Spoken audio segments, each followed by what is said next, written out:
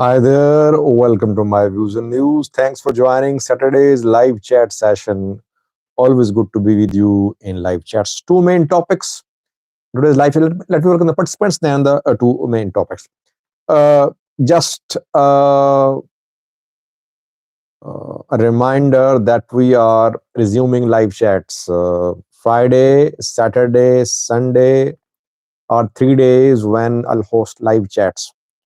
But tonight, internet is due to be cut off in Pakistan, across Pakistan. Why? Because tomorrow on Sunday, supporters of former Pakistani Prime Minister Imran Khan are going to march in the capital, Islamabad, for the release of Imran Khan. Military establishment and the government backed by military establishment are trying to launch a crackdown on Imran Khan's supporters. There's the internet going to be cut off. So let's see if I'll be able to make videos tomorrow or not. I'll try to bypass these restrictions, but I'm not sure. So we'll see what happens tomorrow. If now chat gets disconnected, it means that I have lost the internet. I am with you as long as internet is available now. Let me welcome the participants first. Dark Star says greetings. He's always the first, one of the first to join live chats. He says, I find it hypocritical that the TIP, Baitona, Tigray, and Salsivujene emerged in 2020 only after TPLF lost its dominance in Ethiopia. Before that, they showed no concern for Tigray's interests. Well, TPLF did not lose dominance in Tigray. It lost dominance in Ethiopia.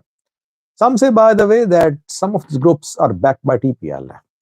TPLF created them to stop genuine big opposition parties from emerging in Tigray. Surafil Mehari, the third viewer. Muam Karabulut is another viewer. Muammar, how are you? Are you a new viewer? We have Anonymous as, why exactly were Fano fighting each other before? Could you be more specific? Shafo joined, two member. First member who joined today is Shafo. Welcome. Special welcome to Shafo. Average Dom is here too. He says those TPLF parasites are acting up because Abi bombed them. Kiddos Celestiality joined too. Special welcome to you, Kiddos. Kiddos is always the first to comment under a comment section, under videos in comment section.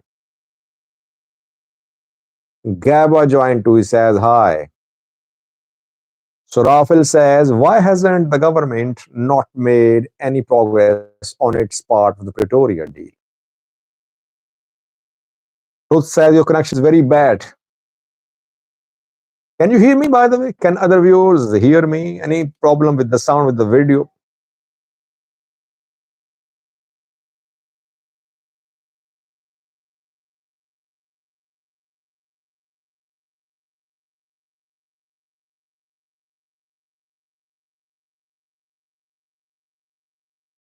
Yeah, Kiddos is confirming that connection is fine. Okay. Michele Jr. joined. Welcome, Michele. Shafo says Ethiopia is in a deep financial crisis and thus the government is instigating ethnic conflict to divert the attention of the people.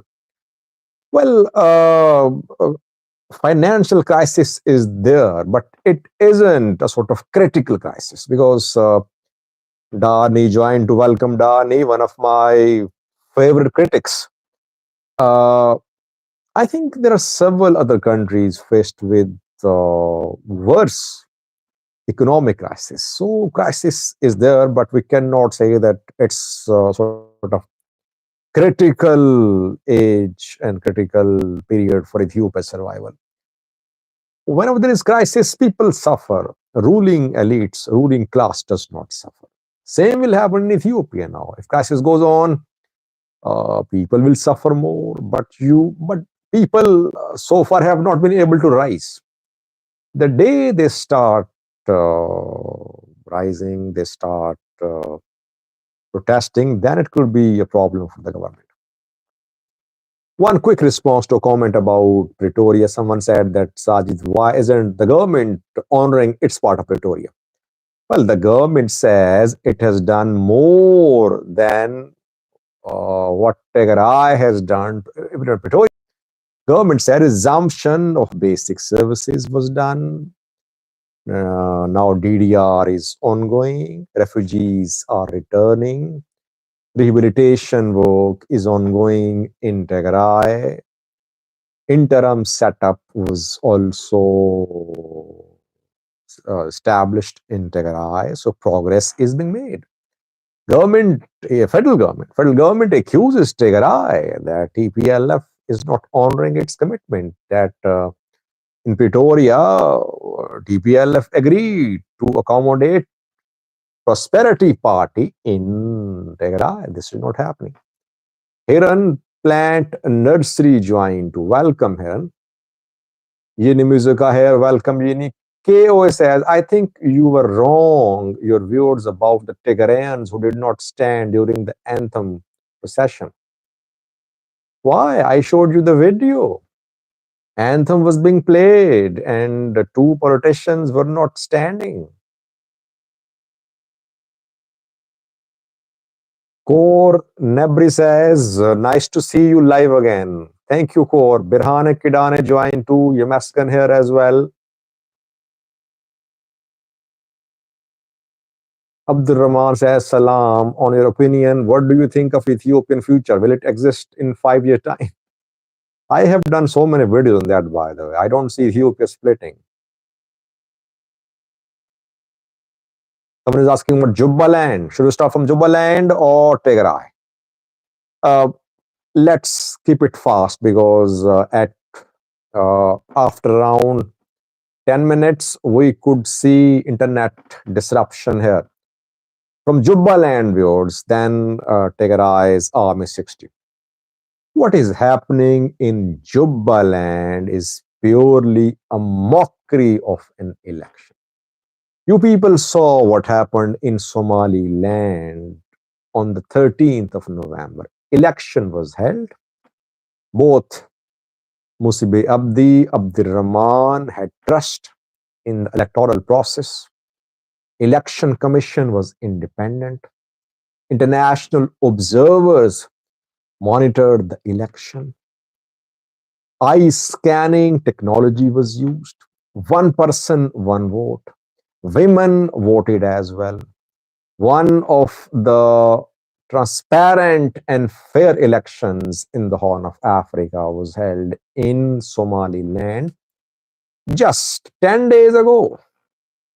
And now what is happening in Jubaland, which is totally opposite to what happened in Somaliland.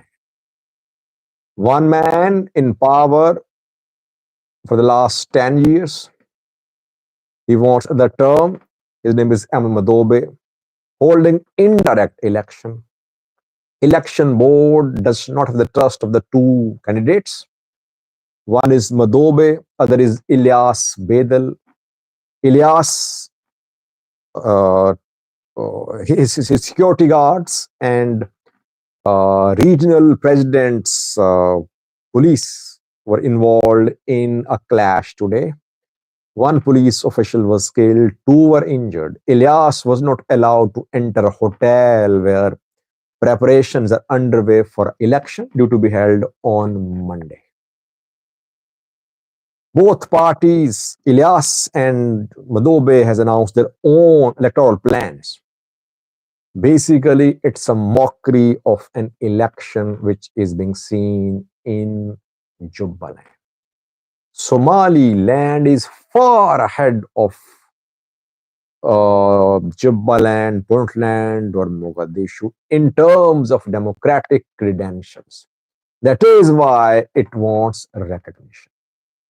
Federal government is opposing the election in Jubaland, saying that what Madobe is doing is a violation of constitution. One person, one vote election should be held, not now, but in June next year. Madobe in a hurry to get himself re-elected. Basically, he's running unopposed. The election is like the one we saw in Ethiopia in 2021, but that was direct election in Ethiopia. So even that election to opposition was nowhere to be seen. Same is happening here in Jubaland too. And one of the reasons behind the conflict in Somalia is the overall political situation in the country. No one is willing to learn from Somaliland. Peaceful transition, peaceful transition of power, both candidates accepting results, but here Madobe using state force against Ilyas Bedel. It's very disappointing to see what is happening in Jubaland. Now it's quick. We have Sadal Hayan says, you don't know a thing about happening in Jubaland, Sajid, and you should not try to lecture us Somalis. Okay, just enlighten me. If you like what is happening in Jubaland, enlighten the viewers. What I said, is it untrue? Is it not true? Instead of criticizing me, just tell me the truth. Just let the people hear the truth. Now, Tigray's Army 60 is becoming very controversial now. While Tigray's military claims to be neutral in the ongoing political dispute between two rival TPLF factions, one division of the military is becoming extremely controversial.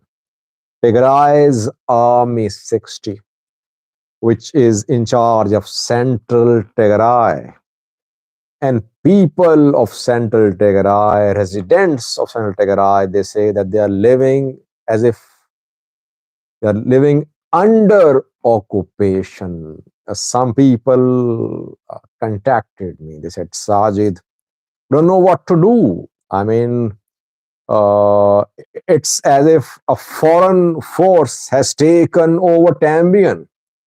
And he, by the way, reminded me what I reported about Tambian. If you remember, during war, it was Tambian which saved Tigray, which saved TPLF. Because TPLF leaders back then sought refuge in Tambian. They were expelled, they retreated rather from Mekelle. Eritrean forces, Ethiopian military, they were hunting down TPLF leaders. All went to Tambian and some parts of Afar Tigray border areas, but mainly Tambian saved them. Now see what is happening to the people of Tambian. That it seems that Tigray's Army 60 and TPLF Debrecen wing are trying to crush support for Gita Choreda in central Tigray. That is why we're seeing arrests, we're seeing checkpoints is set up there, dozens of checkpoints set up there. Solomon Mishu, the mayor who came under attack in central Tigray, is also from central Tigray. He came under attack when he was on his way from Axom to Mekelle. Then central Tigray public affairs bureau in charge was detained by Army 60 2 days ago. Solomon Mishu indirectly accused Army 60, but Army 60 reportedly working under direct orders of Fisseha Minjos is trying to crush support for Getachew in Central Tigray. That is why Getachew group could not hold a meeting in Abyei this week. Where they claim to be neutral, Either he is just pretending to be neutral or he's not neutral. He's supporting military commanders who are pro-Debretsian who want to crush Getachew support. Or wherever is helpless and military commanders under him, they are very powerful. They have direct links with TPLF. People question the role of Fisseha Minjos as well. They say Fisseha is pro-Debretsian and Fisseha is directly commanding Army 60, which is involved in crushing support for Getachew. This is what I learned from Tigray through neutral sources. If you have anything, you can add. So let's enlighten each other.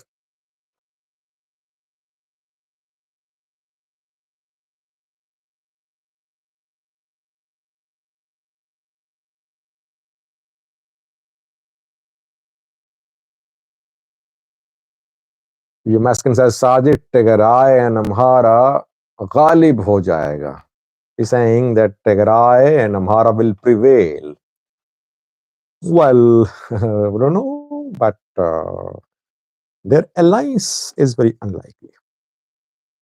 Alliance can only be considered after they find a solution about their claims to Western Zone Volkite. After that, they can think of forming an alliance. So far, it's very unlikely.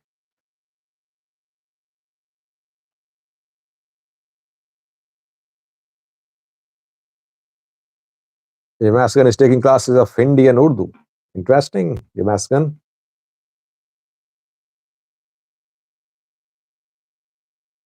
So Rafil says, do you think that if Getachew steps down by any means, that could affect the implementation of Pretoria? Or is it Debretsion just looking for support and control over resources? Well, even if Getachew goes, it won't impact the Pretoria implementation. It was being implemented by federal government and military. Getachew is just president. So his exit won't hurt the implementation. So this is what he claims, that if he goes, Pretoria implementation will be obstructed, but I don't think so.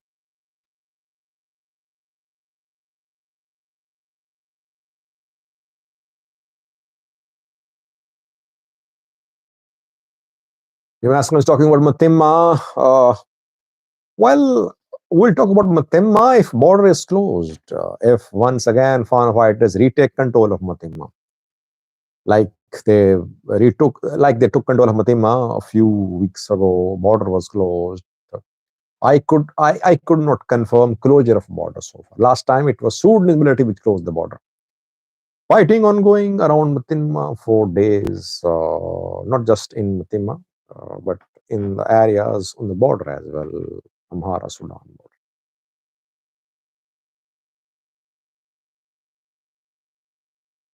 John Spencer, Sajid, what do you think are the necessary steps for Ethiopian and Eritrea to live peacefully together? Is the MOU the answer? Ethiopia, Eritrea.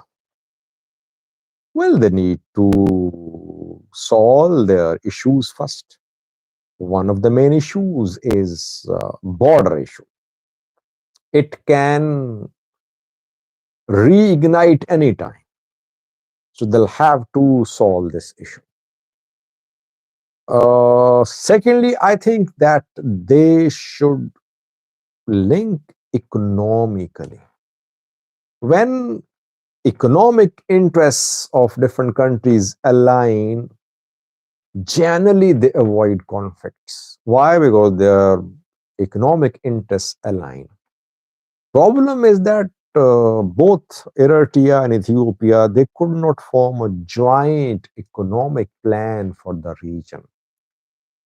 So economic regional integration is the solution for long-term friendly ties between Ethiopia and Eritrea. Though there is so much mistrust between the two sides, between the two leaders, it's very unlikely that they can form a joint strategy for regional economic integration. Eritrea is hosting an anti-Ethiopia regional alliance. Ethiopia is backing Brigadier Mohammed or Assad or Teji, etc. So you see that they're not in the mood to listen to calls for restraint, I think. Though luckily so far, the war is just a cold war, diplomatic war. It has not turned into open escalation.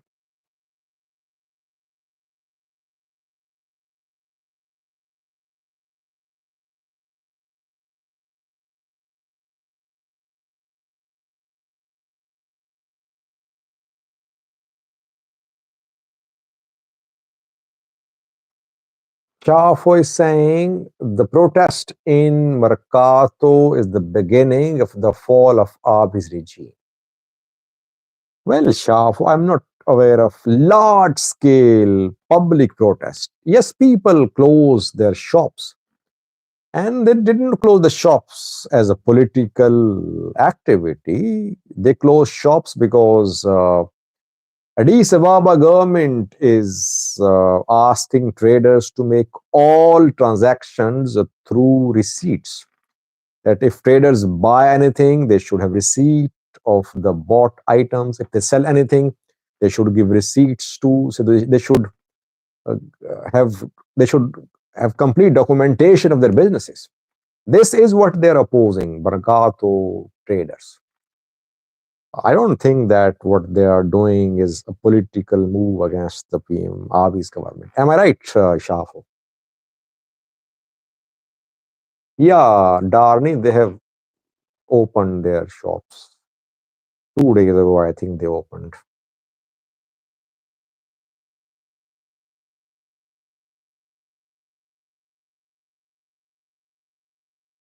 They're businessmen basically. Don't expect businessmen to lead movements.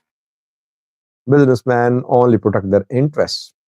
If Abi starts giving them facilities, concessions, they'll turn pro Abi. Businessmen don't bring about change and revolutions. Those who have some ideology, who are ready to make sacrifices for ideology, they bring about changes in a country.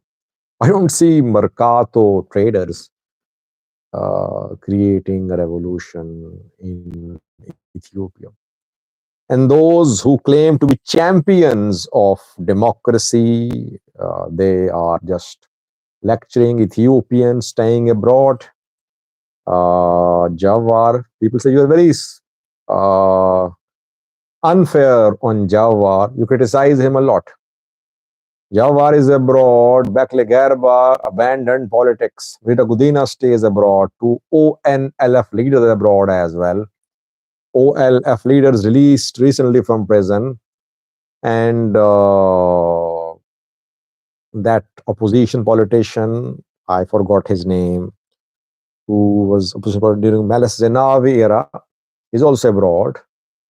He got in touch with me a few days ago. He sent me an email. I forgot his name. He's also abroad. So, who is here in Lidito? Yes, you're right, Don. Lidito. Everyone is abroad. How will you see a change? Basically, politicians don't see any hope of bringing about any change through political means. That is why youths are disgruntled too, and they're joining armed groups. That is why Fano is not facing any shortage of manpower. All are facing no shortage of manpower. Why? Because when you block all the roads of peaceful political struggle, you indirectly promote armed conflicts. This is what PM Abi's government is doing. It is indirectly promoting armed resistance movements in Ethiopia. It will never admit that, but government is to blame for whatever is happening in Oromia or in Amhara.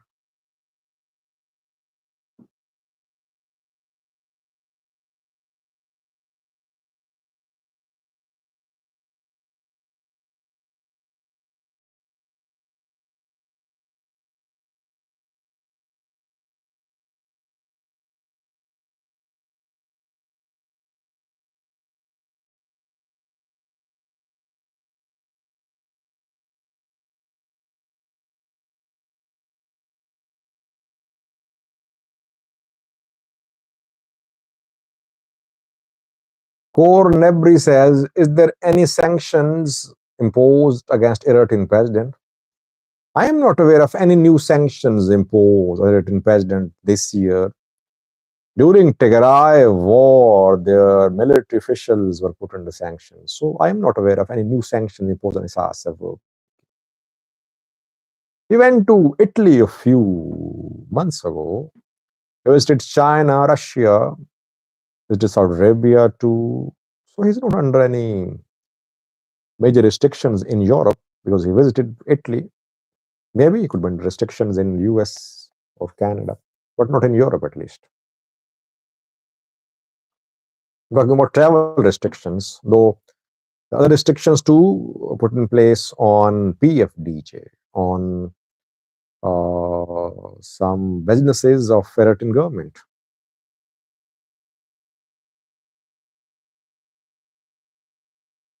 So Rafal says, very important comment and question. So basically, Abiy is going to lead Ethiopia forever.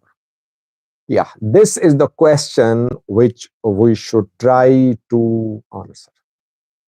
It's, by the way, it's a very insightful comment or a question by Surafil. What is the answer? Any likelihood of someone replacing Abiy? I think I should do a video on that because I like this question. I'll have to think, I'll have to work on it, and then I should answer it, I think.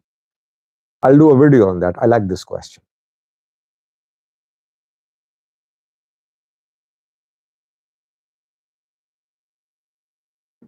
KOA says, would you not say unwilling to stand up during procession of anthem is a peaceful demonstration? KOA is talking about what happened in Tigray today when official ceremony of DDR was launched in Mekelle, attended by military officers of some African countries, federal government officials. Two Tigray politicians refused to stand up in the honor of Ethiopian national anthem. Dejen Mizgabo, Tigray Independence Party chief, and Yusuf Birhe did not stand. And he's saying it's a peaceful demonstration. I don't know about Ethiopian law. I think it could be a violation of some. In some countries, it's seen as a violation of law if you disrespect, if you show disrespect for your national anthem. I don't know what is the legal situation in Ethiopia. But I think in front of foreign dignitaries, Nitin Mizgabu and the other one, Yusuf Birhe, they should have been responsible. I mean, they could have boycotted the ceremony. They could have attended late, but African military officers standing, saluting, and Ethiopians sitting, rejecting the anthem. That was embarrassing, I would say.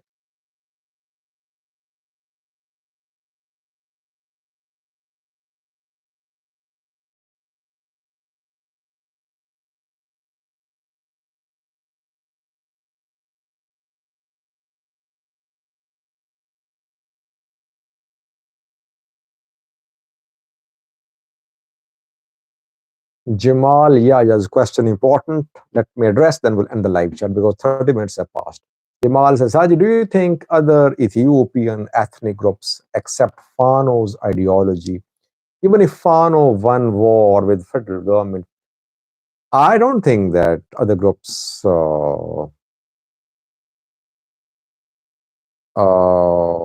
agree with Fano's ideology.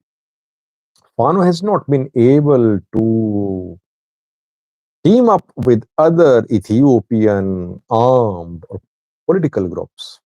It's alone. It tried to contact groups, armed groups in Amhara, in Benishangal Gumuz, in Afar, in Somali, in Tigray too, in southern Ethiopia too. It could not find allies. So it will be difficult for Fano to find allies, but if you have power, if you have the rod, if you have the stick in your hand, you can dictate terms. Fano fighters hope that they'll reach Addis Ababa, they'll dictate terms, they'll form government in alliance with other ethnic groups. But we'll have to wait and see. So far, no one is clear about what Fano wants. Does it want to impose a Amhara rule on Ethiopia?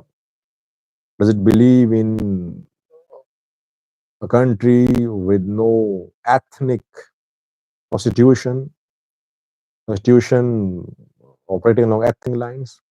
That is what Skanda says about it. He says that this struggle of Fano is against the use of ethnicity in Ethiopia. Ethiopia wants a constitution which is free from ethnic influence. So we'll have to wait to see that. So I don't see other groups aligning with Fano now. One last question. Surafel, do you think there is a chance for Fano to reach Addis Ababa? Well, anything can happen, but I always say between Fano and Addis, there is Oromia. Fano cannot reach Addis without passing through Oromia. Oromia means the largest regional force in Ethiopia. Oromia means Oromo Liberation Army. Oromia means the ruling Prosperity Party government, which is dominated by Oromos. Maybe their taking over Bahirdar is a possibility, though it's not that they will do it tomorrow, they can do it tomorrow, no. But reaching Addis Ababa is an uphill task. This is what I can say. And some people say maybe they don't want to reach Addis Ababa through Oromia. They can mobilize Amhara in Addis Ababa. Sibhat Iyaso join. Welcome, Sibhat.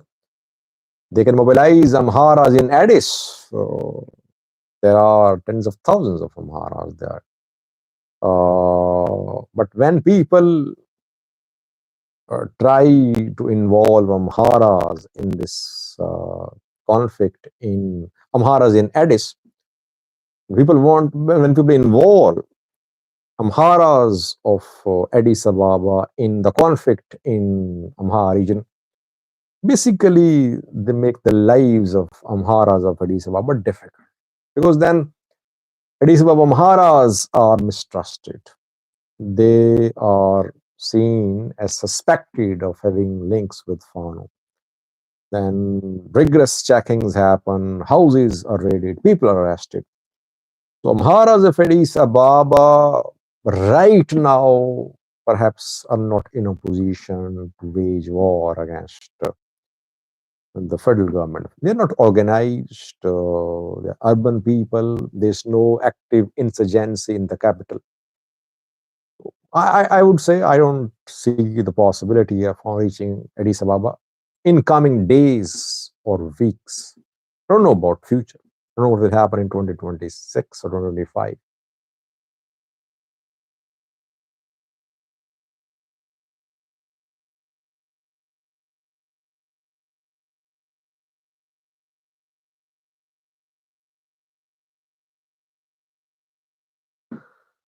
With 35 minutes have passed, I think we should end the live chat, because we're keeping live chats brief these days, 30, 40-minute long, so that it's easy for viewers who want to rewatch live chats.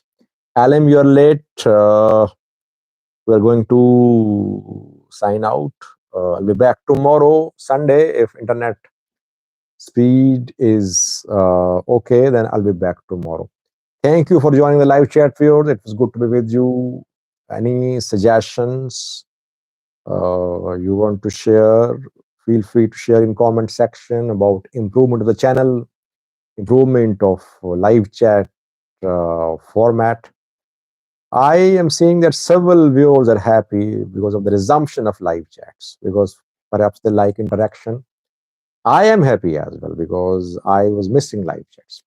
Thanks for watching, viewers. See you tomorrow, hopefully. Till then, bye bye.